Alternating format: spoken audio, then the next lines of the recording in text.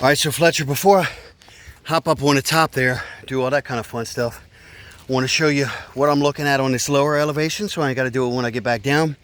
But we have a total count, which is higher now. I found a couple more. But for GB garage back of 12 plus damaged shingles, I'm going to show you what they look like in a second. Kind of showed you some from the ground. And then the garage front, we only have like 4. Definitely a lot more wind exposure and wind coming from this back portion, even though as I'm standing here right now, I can literally feel the wind coming from a forward direction that would have, most likely impacted the front.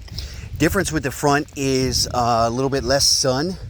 So moisture due to improper ventilation has collected over time and has made these shingles a lot more brittle on your front exposure.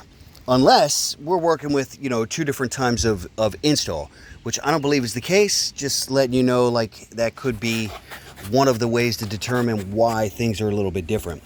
So on the backside, for example, your shingles here are very, very, very tight. And you have a few that are completely loose, and you have debris trapped up all up underneath. This tar strip will likely never reseal again, though sometimes in the heat you'll find like a little portion that sticks.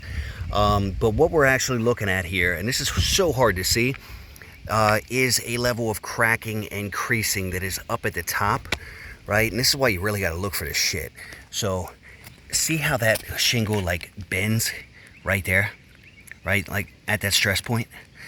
That is going to snap and break in the next couple storms. The next thing you know, it's, you find it in the front yard or the backyard.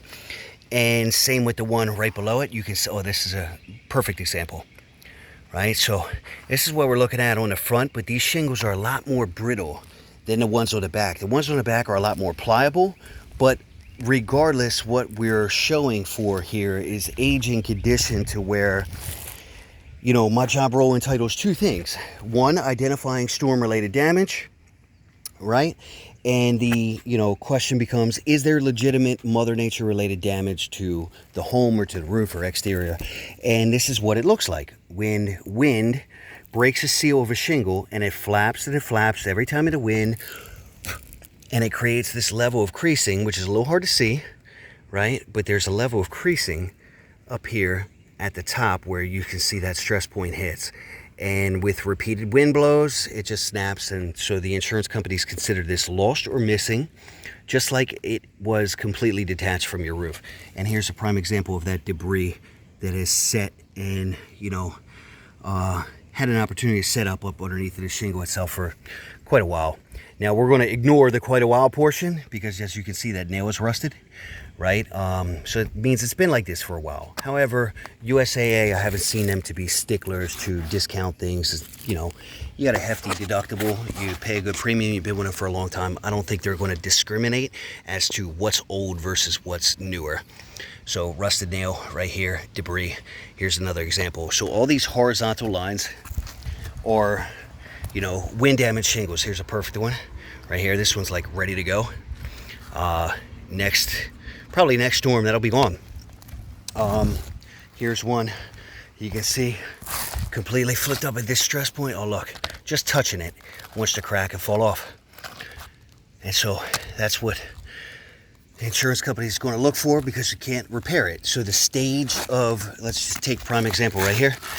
The stage of this shingle itself has gotten to a point where if you were to like bend it, it would literally break or snap, and the asphalt granulars have been, almost deteriorated over a level of time, to where if we try to repair this specific section just for this shingle itself, we're only going to create more damage to the surrounding areas just to perform that repair. Not to mention that repair itself would be against code, because as I'll show you here in a minute on the lower part of your roof, the existing layer underneath of this is completely rotted and corroded and compromised. So repair, that's out the window. And here's another prime example. This is a good one. That's a good view, right? So we got 14 plus of these. Here's an example of one that's completely missing. And this one's interesting, unless somebody drove a new nail through that. We have one rusted nail here that's been exposed, and then another nail next to it that's been exposed, likely from the same installation. But it just goes to show that just because the nail is rusted does not mean that that has existed for quite a long time. Here's another good one. See that level of creasing, right? And you see the ones next to it, they don't have that because they're sealed and they're not flapping in the wind.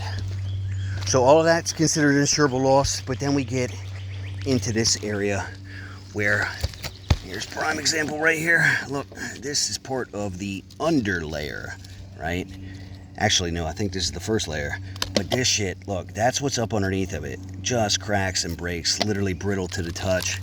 And that's what's right up underneath it here. So there's no way to drive new nails through that. Look at that, look at that.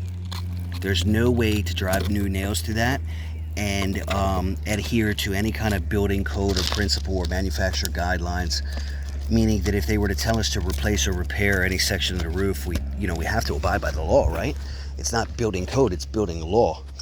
And unless they want you to break building law and then therefore jeopardize, any standing with HOA if there is one, or any standing with, local ordinance, it could go against literally your homeowner's insurance premium that says you have to abide by all ordinances, right? When you do any kind of level of construction, that's why people pull permits for things that they have to do. So if we were to break any of those, they could drop you from your insurance just for doing it. So they can't tell us to do that. This is the area where the leak may be, and I don't even want to step on it right now because it is like super soft, and you can hear, the plywood kind of crackle. Not crack, I shouldn't have said crack while you were standing on the ground. You can hear it crackle as if it has collected moisture over time and it dried and it got wet again and it dried. You know how plywood, most likely 3/8 on this roof, by the way, and I wouldn't be surprised if the truss system is 24 on center instead of 16 on center, which leaves that 3/8 plywood for a much wider gap. And then over time, it just becomes bouncy, almost like a trampoline. And then any areas that are subject to, freaking improper ventilation where it doesn't breathe, are really just going to rot and deteriorate. So this is what your chimney caulking looks like. And this is the problem when they do this kind of tar flash, right? Because over time, it just cracks, right? It gets, wet, and then it gets dry, and then you got expansion and contraction and heat and sunshine, and it doesn't hold up well over time. Therefore, allowing moisture or water to get in behind that wall, your chimney wall, your side wall, the decking, underneath of the shingles itself, and that's a freaking problem. It's not necessarily a problem as of right now. Who knows, though? Right? Because your leak over here could be stemming from here, but we would never know until you actually strip the roof or you go up on the underside of the attic to find out. But even then, sometimes you can't get the exact details that you want. So some of your crown is a little bit deteriorated, started to crack. Now, we don't fix crown, we don't do the masonry portion, but we got people who can if you need it. I will say, though, rarely do you ever find any insurance company that's going to cover you for that, but that is something you might want to take a look at sooner than later. But at the end of the day, if you